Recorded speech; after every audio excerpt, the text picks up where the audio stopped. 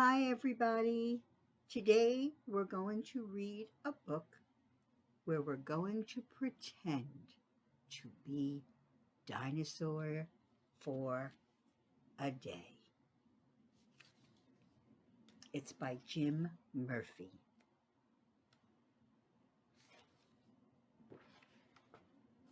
Did you know that over 340 kinds of dinosaurs existed during their long stay on Earth? Some of them were so small you could hold them in your hand. Others were as tall as a 5-story building. Because scientists have been studying dinosaurs for over 200 years, we know what most of them look like, what they ate, where they lived, and how they moved around. All of this information gives us a good idea of what a typical dinosaur's day might have been like. If you have ever wondered what it would be like to be a dinosaur, here is your chance. You will see and experience this world through the eyes of a dinosaur named Hypsilophodon. A Hypsilophodon weighed around 90 pounds, measured almost 7 feet long from the tip of its nose to the end of its tail. Because it stood and walked leaning forward, its eyes were only about 3.5 feet off the ground. When it had to, Hypsilophodon would stretch its neck up over the bushes to see what was going on. Hypsilophodon had small teeth, but it didn't use them to attack or eat other dinosaurs. It ate plants for food, so it was a herbivore, and its teeth were for chewing tough leaves and branches. Hypsilophodon's world was crowded with many other creatures. Tiny mammals and snakes hid under shrubs and bushes, while birds and pterosaurs flew between the trees. Pterosaurs are any flying reptiles. Swarms of insects filled the air, and of course, there were other dinosaurs. Most of these animals and insects did not bother Hypsilophodon. They just wanted to find food and be left alone. But there was a lot of ferocious meat-eating dinosaurs roaming the forests, and a Hypsilophodon was the kind of tasty meal they liked best. Uh-oh. How did a small and defenseless dinosaur like Hypsilophodon survive? For one thing, it lived with other Hypsilophodon. Each member of the group was alert for danger and would signal the others of its approach. It was also a very nervous animal. A strange noise would make it jumpy. Movement in the shadows would make it tense and ready to run. That's all you really need to know for now. When you turn this page, your day as a Hypsilophodon has begun.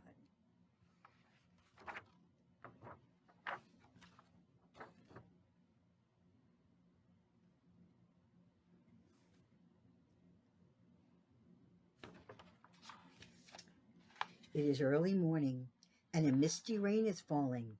The Hypsilophodon wakes, but it does not move.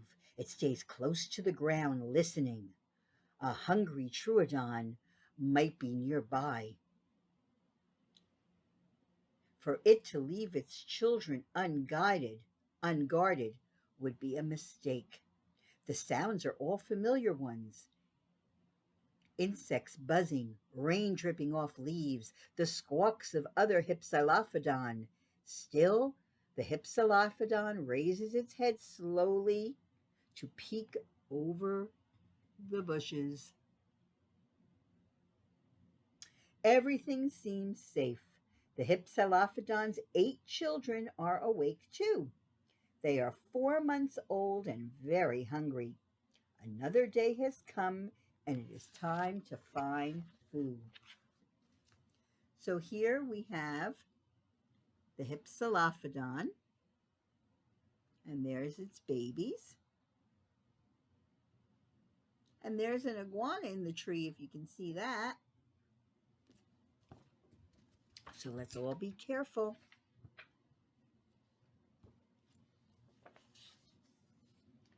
The tastiest leaves on the island have already been eaten.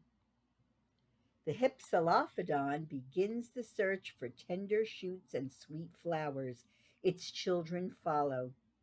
The rain stops and sunlight pokes through the trees. The Hypsilophodon tugs at a large leaf.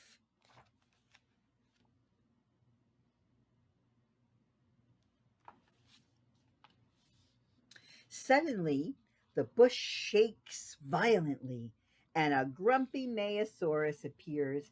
It is not happy to be disturbed and snorts a warning.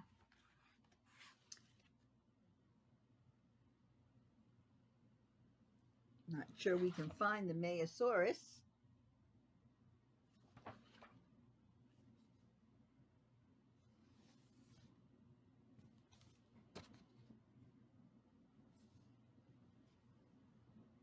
The Hypsilophodon scurries away, and his children try to stay close. At the water, they all take a drink. The Hypsilophodon checks for danger on the other side. It sees none, so they wade across to the forest. I guess that this was the Mayosaurus. And here they are, taking a drink and escaping through the forest.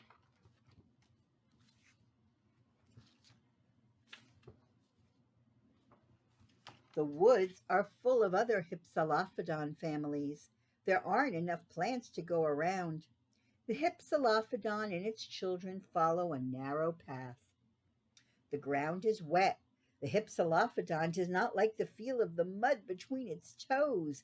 It is startled by a loud snap nearby. It listens and it hears the noise again. Snap! Snap! The Hypsilophodon pushes through the leaves and finds itself staring at a giant Sauropelta. Let's see if we can find, the Sauropelta. Okay.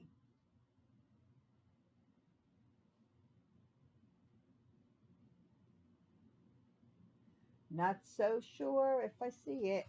You guys take a good look.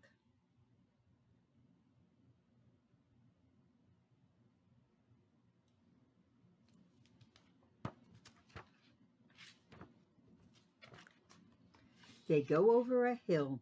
The ground gets hard and rocky. No plants grow here. Besides, the tall rocks make the Hypsilophodon nervous. An enemy might be hiding behind one. To find a better feeding place, the Hypsilophodon will have to cross the wide stream. Fallen trees are the only bridge to the other side.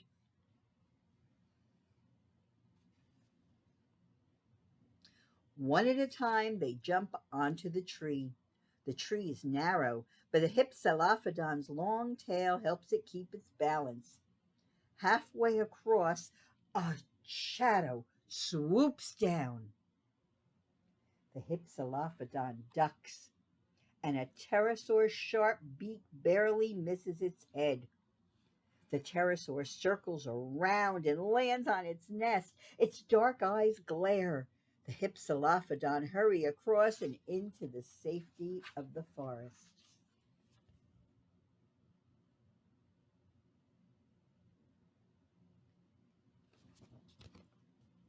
Oh, we made it through that one. They come to a clearing filled with ferns and they begin eating. The Hypsilophodon watches its children so they don't wander far. In the middle of chewing a frond, it looks up. The forest is very quiet, too quiet. Something is out there watching them and waiting. Its eyes search every shadow for movement. It listens for any noise. The children are nervous too and they move closer for protection. Are you all being careful? Are you being careful of the pterosaurs?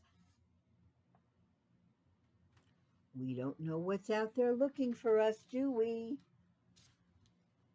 And we have to take care of it. our 8 babies, don't we? A pack of Dionychus soars over a hill and charges across the clearing. They are after the Hypsilophodon and its children. The Deinonychus get closer and closer. Their jaws flash razor sharp teeth. In just a few minutes, they will pounce on the slowest of the children. The Hypsilophodon has to do something.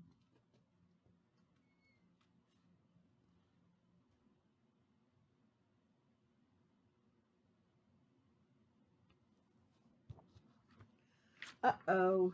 I hope we're safe. Oh my goodness. When it's a few steps from the forest, the Hypsilophodon digs its toes into the ground and turns. It runs away from the trees. The Deinonychus chase it while the children escape into the thick forest. The Hypsilophodon races through the trees, jumping over the roots. The Deinonychus are right behind it. The Hypsilophodon's legs are growing tired and heavy. It has to get away from its enemies very soon. It spots a path into the forest and goes down it. The Deinonychus spread out, dodging around trees and rocks and bushes. One is only a few feet behind the Hypsilophodon and getting closer. Just then a Deinonychus charges from the right and leaps on the Hypsilophodon.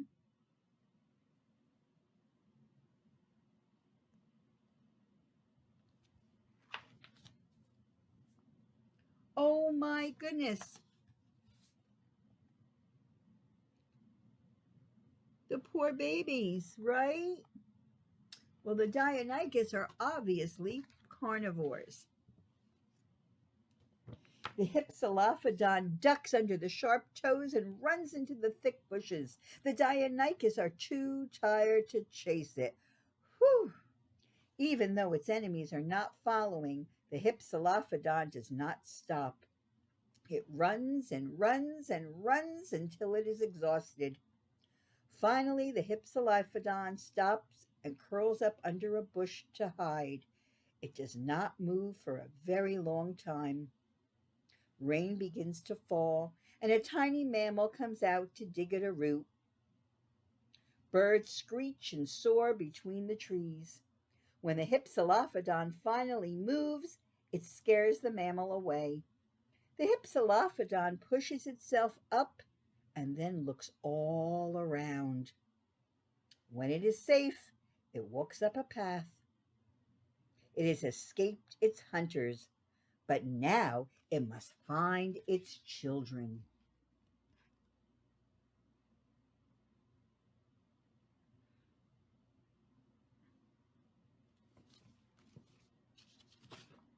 Hope she finds all 8. For hours, the Hypsilophodon searches. Every once in a while, it stops to listen for them, to hear their squawks, or see if they're near. There's never an answer. Darkness comes to the forest. The Hypsilophodon has to move very slowly. At last it comes to the clearing. What if the Deinonychus are near? The Hypsilophodon stands still, listening. All it hears is the rain falling. At last it calls out. Trees move back and forth, and there is a rumble of thunder.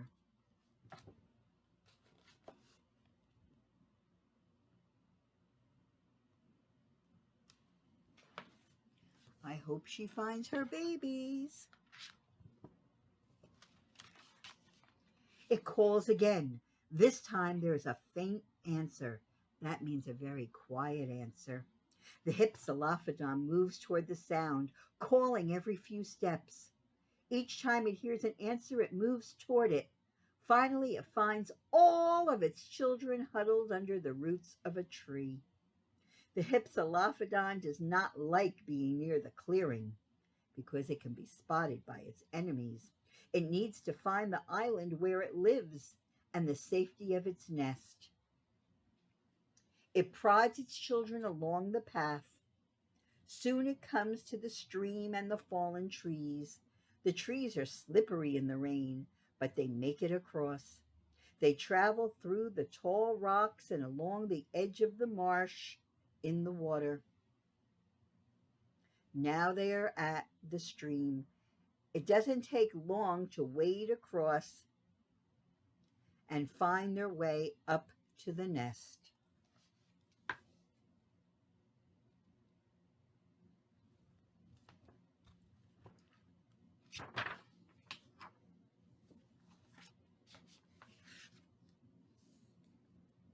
A few Hypsilophodon look to see who has entered the nesting area. Most of the others are asleep. The Hypsilophodon and its family settle into the nest. One at a time, the children drift off to sleep. Only the smallest is still awake and shivering. The Hypsilophodon moves next to the little dinosaur to keep it warm. In time, its shivering stops and it too falls asleep. The Hypsilophodon checks once more to make sure its children are safe. Then it curls up and closes its eyes.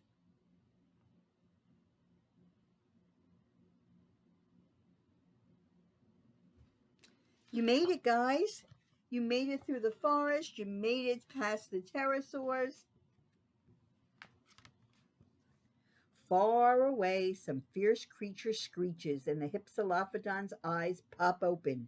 It raises its head to look over the bushes. Nothing is moving in the darkness. The Hypsilophodon settles down and closes its eyes again. The rain falls softly, dripping from leaf to leaf as it plops to the ground. Soon the Hypsilophodon is fast asleep. Another day has come to an end.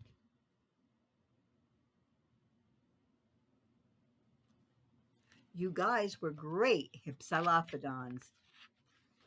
Let me tell you a little bit about why you made it through. One smart dinosaur. Many people might think that the Hypsilophodon was a coward for running away from its enemies. Did you think that? Did you think it was just a scaredy dinosaur for running away? Some people say it should have stayed and fought them. But what do you think would have happened if the Hypsilophodon had stood its ground? You're right. It and all of its children would have made an easy and delicious meal for the Deinonychus. Instead, the Hypsilophodon used all of its weapons and escaped the sharp teeth and toes of its enemies. Even though it was eating, the Hypsilophodon was still alert enough to sense danger nearby. The instant it saw the Deinonychus, it sprinted away. And when it realized that its children would be caught, it was clever enough and fast enough to turn and lure the Deinonychus into chasing it. So the Deinonychus mom ran one way, the Hypsilophodon mom ran one way so the Deinonychus would chase her and not get her children. That's very smart. In its race against the Deinonychus, the Hypsilophodon relied on its long, stiff tail to stay balanced as it leaped and turned while running. The Deinonychus were fast runners too, but the Hypsilophodon's small size and light weight made it a step or two faster. In fact, a Hypsilophodon was one of the fastest dinosaurs of all time. Obviously, a dinosaur's day was hard and dangerous, and our Hypsilophodon had to be very skilled to survive. But it did survive. Some scientists think that the Hypsilophodon and its many relatives may have lasted for 100 million years. That makes it one of the smartest and most successful dinosaurs ever to have lived. So you had to be very smart, very careful to survive and live that long on Earth and take care of all your children. The Hypsilophodon was that smart and that fast.